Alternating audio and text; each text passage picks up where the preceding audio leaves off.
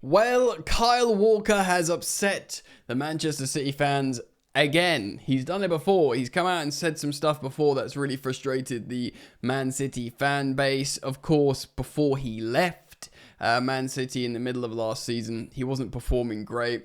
Apparently, he did get a lot of abhorrent abuse on social media, which, of course, we can never condone for just a human getting abused like that. It's nasty stuff. And of course he left. He went to Milan on loan, and surely he's not returning to Man City. He's going to go elsewhere. But he said the wrong thing again, and Man City fans are upset. We're going to get into it, guys. Welcome back to the channel, Football Yannick. How are you doing? I hope you're doing well, mate. Yes, daily footballing content. Football content, not footballing. Just me talking about football, mate. Excuse me. Every single day on this channel I upload. We are on the road to 18,000, and I suppose by proxy 20,000 subscribers. So I'm very thankful for your continued support here on the channel.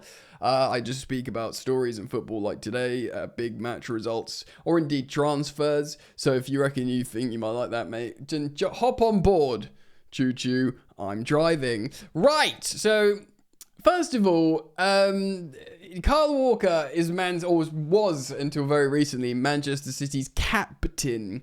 And this is what's driving a lot of the fury of Man City fans, how captain of the club, he sort of dipped mid-season when the going got tough. He got going on loan to Milan. It's very tricky because I feel like a lot of, level-headed Man City fans realise that maybe he was underperforming. He got loads of abuse on social media. He doesn't need that, so he went elsewhere. I, as an England fan, can recognise he is not the same player. He should not be starting anywhere near England's right-back position, especially, in the age of your, Trent Alexander-Arnold's, your Reece Jameses, your Tino Livramentos. Like, what the heck is Kyle Walker doing here now? So I get it. I see it as an England fan. Man City fans will tell you his performances were dropping off a while ago. And when Man City had sort of met their first piece of real adversity in the first time in years, he was like, see you later, mate. I'm out of here. So in terms of like a captaining thing, that was upsetting a lot of Man City fans, understandably, I guess. But he's not always said the best stuff vocally. Like he's come out and like talked about, said the wrong things at the wrong times. Again, I can't speak as a Man City fan, so I'd be very interested to know their thoughts should this video reach them, and get their comments down in the comment section below. I've always thought he spoke alright. As a Chelsea fan, I quite like how he said the best right back in the world, Reece James. Of course, my Chelsea eyes, I've watched Reece James a lot, would certainly put him in the conversation up there with your Hakimis and whatnots. But he's really upset some Man City fans of what he said regarding that Tottenham Europa League win, which we're about to get into. Interestingly enough, Man City fans have suffered from ex-players. Well, I've seen a lot of people online talk about this. I've seen Kyle Walker block Man City fan accounts on X because they've criticised this video clip about this Tottenham thing. But I've seen it also before a little bit with Micah Richards, or Mika Richards, however you pronounce his first name, who's of course very, very prominent in the media. He does like stuff with BBC and, Baller League, and he's all over your television screen, Richards. And he's of course like the Man City representation, the former fullback. But whenever he goes on like these panel shows, he basically says, look, if I'm working, I'm a Man City fan and I'm like a Man City representative. But if you ask me, what team do I support? It's Arsenal. I'm an Arsenal fan. And then, so like it's not like, your Gary Neville's talking about Man United or your Ian Wright's talking about Arsenal or whatever, Lampard doing some punditry representing Chelsea.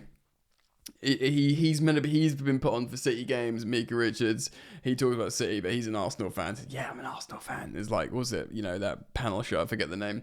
Anyway, so he much often gets a lot of the fury of City fans. But the last year or so, it's very much Kyle Walker, and of course, this all stems from the Europa League chat on his podcast. To be fair, like. It is mental. Like, this kind of thing you can say when you're retired, a decade later into retirement, you can look back and say, although I love my time here, this, that, and the other. Not while you're still employed by Man City. I think it's pretty wild that while he's still, I believe, still employed by them and set to return, although he's not going to play for Guardiola, he was talking about the Tottenham Europa League win, which was an amazing feat for his, and I don't mean this as a club, I mean that team had been not a good team. It was underperforming. They got 38 points in the league. They didn't have the most convincing run to the final in terms of opposition or style of play, and of course they met that Man United team in the final, and they won it for a very poor goal. That narrative, it all goes because they've won a trophy. Rightly so. Tottenham win a Europa League. It's a great trophy. They get Champions League football. They get to rub it in Arsenal's faces. All that good stuff. It's part of footballing theatre. Absolutely. Now, of course, Kyle Walker played half of his prime at Tottenham. And for a long time under Pochettino, it was Rose and Walker, the best two fullbacks in the league, until Pep Guardiola came along and went, I'll have you, mate, at right back. And he, of course, won everything with Man City, eventually given the captaincy, and that was apparently like the nadir of his representation. Like, he almost became more infuriating for Man City fans when he got the captaincy. But he pretty much said, to be part of that, trophy winning team with Tottenham, and bearing in mind he's played for Pep Guardiola's, domestic quadruple winning, treble winning teams that, play better football than what Ange Ball just played for the Europa League. But he said he'd trade a Premier League to win that Europa League with Tottenham while, as in a Man City Premier League, while he's still employed by him. I said to you the other day, I'd probably give up one Premier League to win that with Tottenham. And he goes on to think of which one. He says he'd definitely give up one of the Premier Leagues I've won with Man City, Pep Guardiola, Manchester City, this city, Manchester, your fans, Premier League title. I would give that up to win a lesser trophy in the Europa League with my former employer, Tottenham, who, again, like I said, it wasn't the most sexy and headline-making style of football, but clearly he says this. And look, does Kyle Walker say this on a podcast live if things were still rosy at Man City, if he thought he had a future there? Maybe not. But why are you doing it? Why? You're already not the most popular dude, in Man City's fandom. Why are you adding to it while you're still employed by them? Are you really trying to laver on? You can't have me back. Make sure you sell me. I have no idea, but I've seen all over X, big accounts, content creators talk about, can you believe this guy was a captain last season? Don't come back. I'm not gonna share. Just prominent accounts saying he's not the smartest. He was a great player. There's lots of Tottenham accounts, of course, sharing this. Positively, with massive reactions of Tottenham fans seeing it very, very. Of course, they're saying, look, I'd give up a Man City Premier League title, this sort of silly project, for a lesser trophy with you guys that's worth more. That's essentially what he's saying. He's undermining everything at Man City, and Man City fans are understandably really, really upset, frustrated, screenshotting the fact how Kyle Walker has seen their frustrated response and he's blocked them. There's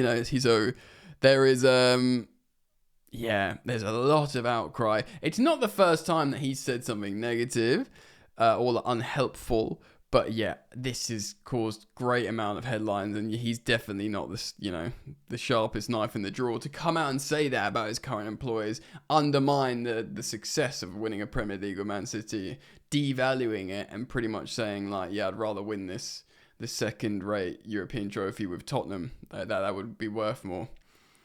I mean, it's wild, really, isn't it? It's wild. It's the kind of thing you write in your autobiography 20 years after you've retired. I love my time with City, but seeing that reaction with the fans, maybe I would have even, who knows, swapped one of the lesser higher profile Premier Leagues and it would have got lost in the wash. But to say it now on a freaking podcast is pretty wild. Let me know your thoughts. Comment down below. Very interested to learn what people think about this, actually, because the community here is a really, really good one. So I'll be interested to hear what you guys say. Thank you for liking and subscribing. Keep it locked. Daily content, of course. Look after yourselves. Peace.